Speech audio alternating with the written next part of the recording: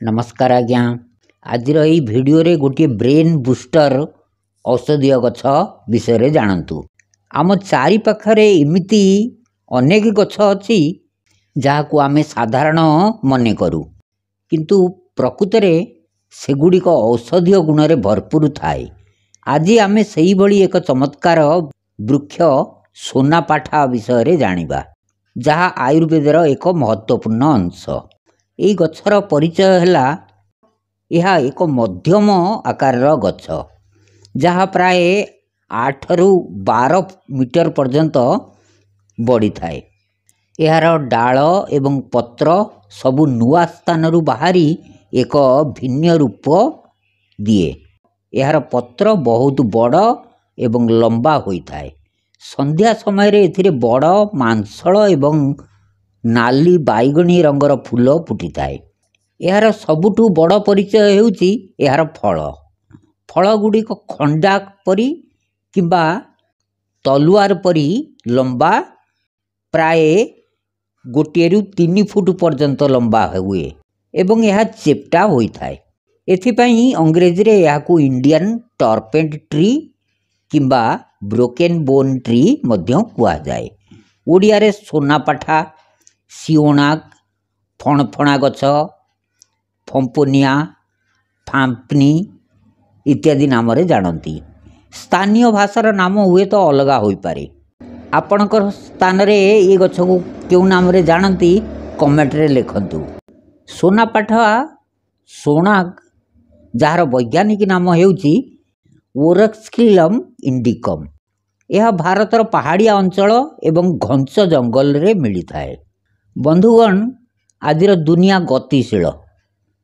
पाठपढ़ा, चाकरी, जीवनर चिंता सबकिछि आमर मस्तिष्क को क्लांत करी देई थाए।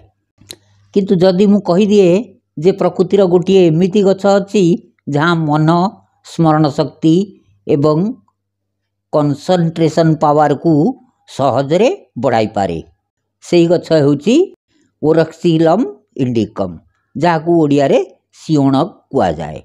सिओणक एक द्रुत बुद्धिशील औषधीय वृक्ष। आयुर्वेद रे याकू 10 मूलर एक प्रमुख भाग माना जाए। गछर छाल, मूल, मंजी एवं पत्र सबकुछि औषध रूप रे व्यवहृत हुए। सिओणक मस्तिष्क पाई काहींकी उपकारी। आयुर्वेद कुहे मस्तिष्क को काम करने को 3टी जिनिस दरकार पड़े। प्रथम है ओजस शक्ति, प्राण शक्ति, मेधा शक्ति। सिओणक यही 3टी शक्ति को बढ़ाइबारे साहाय्य करे। सोनापाठा गछर विषय रे एक श्लोक मिले, स्वेनाक कटु कस्तितो लघु पीत कफापह बात शोथ विष क्लेद कुच्छिनो बलवर्धन। सोनाक उष्म एवं तिक्त रसर। यह शरीर को हालुका करे, पीत कफ दोष हटाए, बात और फुला दरज कमाए, शक्ति बढ़ाई थाए। ब्रेन बूस्टर रे यार कारण एथे थिबा एंटीऑक्सीडेंट मस्तिष्कर सेल्स को सुरक्षा करे, मेमोरी लॉस को रोकी थाए। Neuro protective compound brain damage बंद करी ब्रेन ग्रोथ बढ़ाई थाए। एंटी इन्फ्लेमेटरी गुण स्ट्रेस, हेडेक, ब्रेन फटिग कमाए। एडप्टोजेनिक मन को शांत रखे, एंजाइटी एवं डिप्रेशन रिलैक्सिंग रे साहाय्य करे। स्मरण शक्तिर विकास एवं एकाग्रता शक्ति वृद्धि पाई लाभदायक।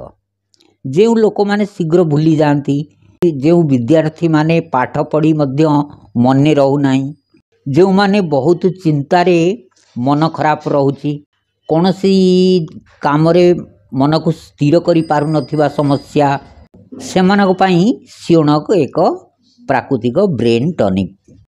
किछि गवेषणा रे देखा जाउची सिओणक कंटेन्स फ्लेवोनाइड्स एवं अल्कोलाइड्स, जहाँ ब्रेन सेल्स को रिपेयर करे, नुआ मेमोरी कनेक्शंस सृष्टि करे। स्ट्रेस, एंजाइटी और इम्पल्सिवनेस रे जो लोक माने अधिक भावना, टेंशन रेस्टलेस माइंड रे अछंती सियोनाग से मानकु शांत एवं संबलित करे।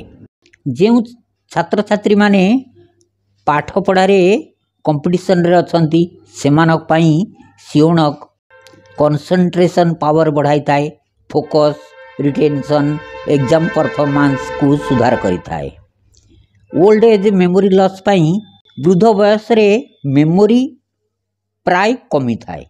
सेमानक पई सियोनक ब्रेन वियर एंड टीयर को स्लो करे, न्यूरो डिजेनेरेशन कमाए, डिमेंशिया अल्जाइमर समस्या रे लाभदायक।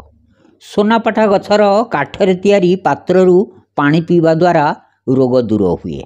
यार उष्म स्वभाव कारण यह पेट एवं श्वास रोग पाई एक प्रभावशाली औषध भाव में विवेचना करा जाए। सोनापाठा काठरे तैयारी पात्र किंबा ग्लास रु पानी पीवा द्वारा अनेक रोगरू मुक्ति मिलता है। मधुमेह एवं रक्तचाप पाई लाभदायक हेबा सहित यह मलेरिया ज्वर बात एवं काश पाई मध्य लाभदायक होता है। सोनापाठार मूलर छाली सबुठु अधिक उपयोगी होता है। प्रदाह को नियंत्रण करे, आंटी इम्प्लेमेटरी गुण यह एक शक्तिशाली प्रदाह विरोधी काम करे। यह हाड़गंठी जंत्रणा, आम बात, रिमोटाइड आर्थराइटिस एवं शरीरर जेकोसी प्रदाह को कमाइबारे साहाय्य करे, जंत्रणा को ह्रास करे, हजम शक्ति वृद्धि हुए। यार चेर उपर छाल पाचन शक्ति को बढ़ाई थाए, भोक न लागिबा समस्या आनोरेक्सिया समस्या को दूर करे एवं डायरिया झाड़ा एवं ग्रहणी डिसेंट्री रोग रे लाभदायक अटे। श्वासक्रिया समस्या रेस्पिरेटरी समस्या रे लाभदायक, थंडा काश श्वास आस्थमा एवं ब्रोंकाइटिस भली श्वासक्रिया संबंधी समस्या रे यह आराम दिए। चर्म रोग एवं घा सुखिबा पाई यार छाली किंबा मंजीर पेस्ट को कटा स्थान घा एवं केतेक प्रकार चर्म रोग रे लगाइले शीघ्र उपशम मिले। एथिरे आंटी माइक्रोबियल गुण रही। ज्वर नियंत्रण यह ज्वरर चिकित्सा रे व्यवहृत हुए, विशेषकर बात ज्वर, पीत ज्वर एवं कफ दोष जनित ज्वर रे यह लाभप्रद।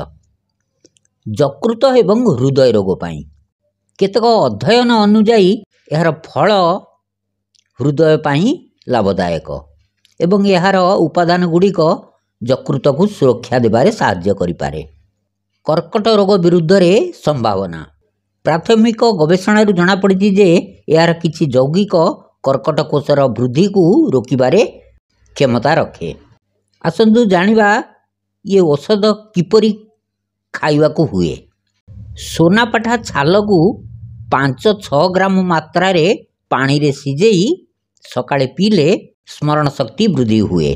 पिला मानंकु एवं वृद्ध वयस्कंक पाई छाल पाउडर सहित महू मिसाई खाइले लाभ मिले। सियोणक एवं ब्राह्मी एवं शंखपुष्पी मिसाई पीले शक्तिशाली ब्रेन टॉनिक परी काम करे।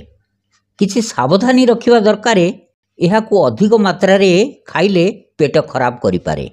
गर्भवती शिशु मानंकु डाक्तर परामर्श बिना ये औषध खाइबा को दियंतु नाही। मन रखंतु एही सूचना केवल ज्ञान वृद्धि पाई कौनसी रोगर चिकित्सा पाई नुहे। निजे व्यवहार करने पूर्व जड़े योग्य आयुर्वेदिक चिकित्सक परामर्श अनुजाई यही औषध को सेवन करंतु। जदि ये वीडियोटी भल लगी थाए दयाकरी वीडियो को लाइक करंतु एवं यही परी जीवनदायिनी औषधीय गछर विवरण देखिया पाई आम चैनल को सब्सक्राइब करने को भूलंतु नहीं। धन्यवाद।